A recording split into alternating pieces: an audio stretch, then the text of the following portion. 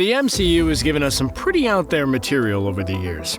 Norse gods fighting side by side with talking trees and angry space raccoons. Kurt Russell, except he's actually a planet. It's been a ride, and by now, they've got a lot of audience trust on their side. But with Chloé Zhao's Eternals, all that goodwill is going to be put to the test like never before. Because the Eternals are weird, man. And even with the Oscar-winning filmmaker and the A-list cast, it's a lot. So pay attention, because we've only got 5 minutes to explain it all. Let's go back in time. No, further than that. No, further than that. Look, we're going all the way back to the beginning of time, okay? To cut a very long and very strange story short, instead of a Big Bang, the Marvel Universe has the first firmament, an omnipotent intelligence that decided to create life because, hey, it's lonely being the only sentient being in the whole of reality. Unfortunately, as life tends to do, the creatures the firmament created broke into factions, loyalists and rebels. These rebels proceeded to create life of their own, specifically godlike cosmic beings called the Celestials.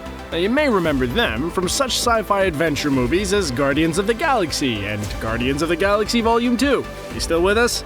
Okay, great. Fast forward to the Stone Age on Earth. The Celestials create 3 new life forms. Humans, who you may remember because you are one, Eternals, and Deviants. These latter 2 creatures were beings of immense power, with the curious quirk that the Eternals were very beautiful and tended towards the moral side of things, and the Deviants were mostly hideous and tended to be antagonists. Well, agree to disagree. Maybe they're just self-conscious and misunderstood. Anyway, the Eternals and the Deviants have been living secretly on Earth for the better part of 10,000 years, and in the new movie, we assume that their presence will finally be revealed with hilariously wacky consequences. Okay, so we know what they are, but how about who they are? One thing you need to know about the Eternals is that there is a lot of them, which is funny considering that only some of them are allowed to reproduce. And those that are allowed to reproduce have to wait for permission from the Prime Eternal. But yeah, that's a whole other thing, so let's just move on for now. Even in this first Eternals movie, there is a big cast of characters to get to grips with. So, let's meet the Eternals.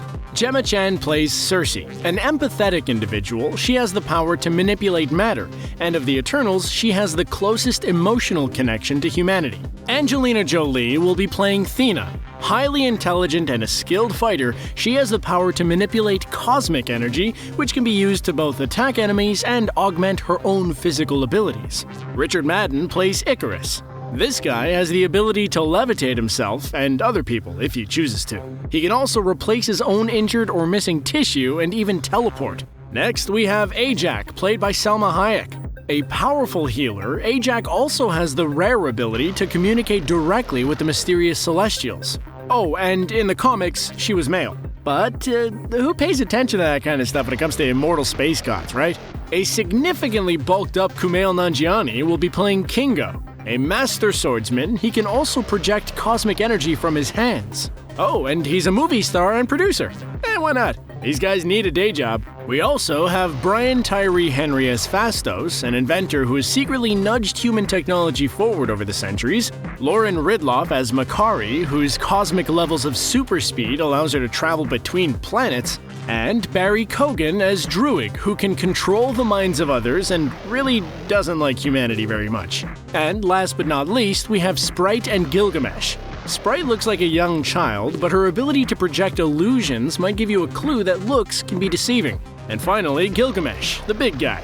Strongest of the Eternals, he uses cosmic energy to project a powerful exoskeleton. Handy. Got all that? There's gonna be a short quiz at the end of the video. Okay, so we know their origin, we know their powers, but what did they actually, do?